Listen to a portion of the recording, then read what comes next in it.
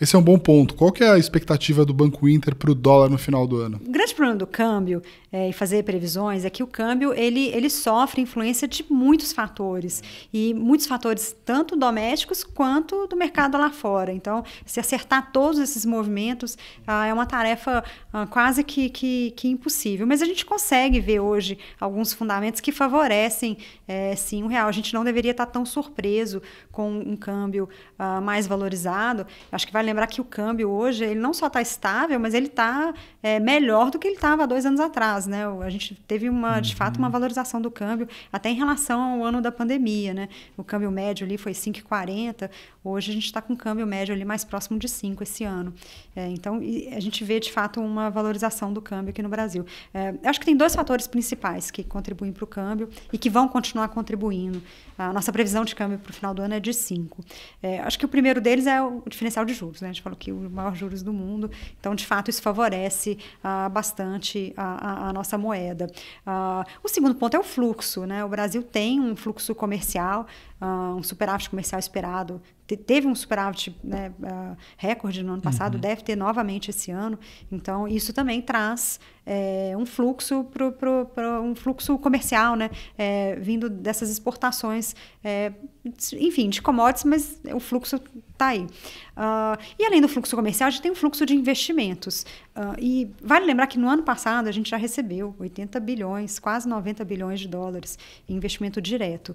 Então, não foi só a mudança de governo que teve, que vai atrair mais investimentos, mas o fato do Brasil ser um grande produtor de commodities, a gente vai continuar recebendo aí algum investimento. Esse ano também a gente espera alguma coisa aí próxima de 80 bi.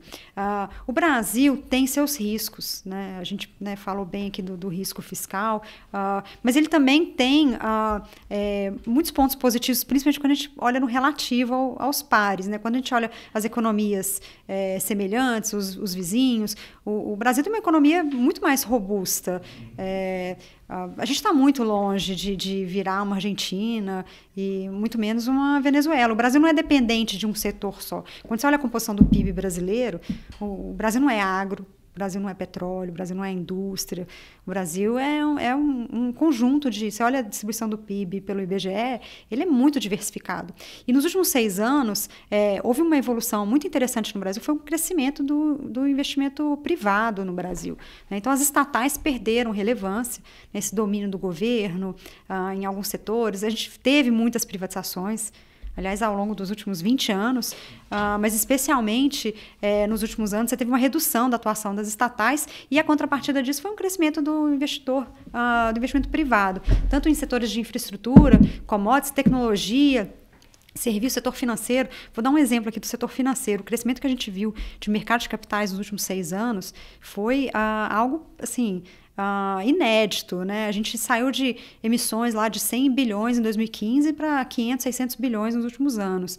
Tudo isso, o mercado privado, alocação privada, são plataformas digitais, né, fintechs, bancos, os grandes bancos cresceram também, mas várias empresas independentes do setor financeiro. Então, o setor financeiro desenvolveu muito no Brasil. E são setores que não dependem do governo, né? Então, a gente tem uma economia mais robusta, mais diversificada. Então, o olhar do investidor estrangeiro para o Brasil, ele é diferenciado.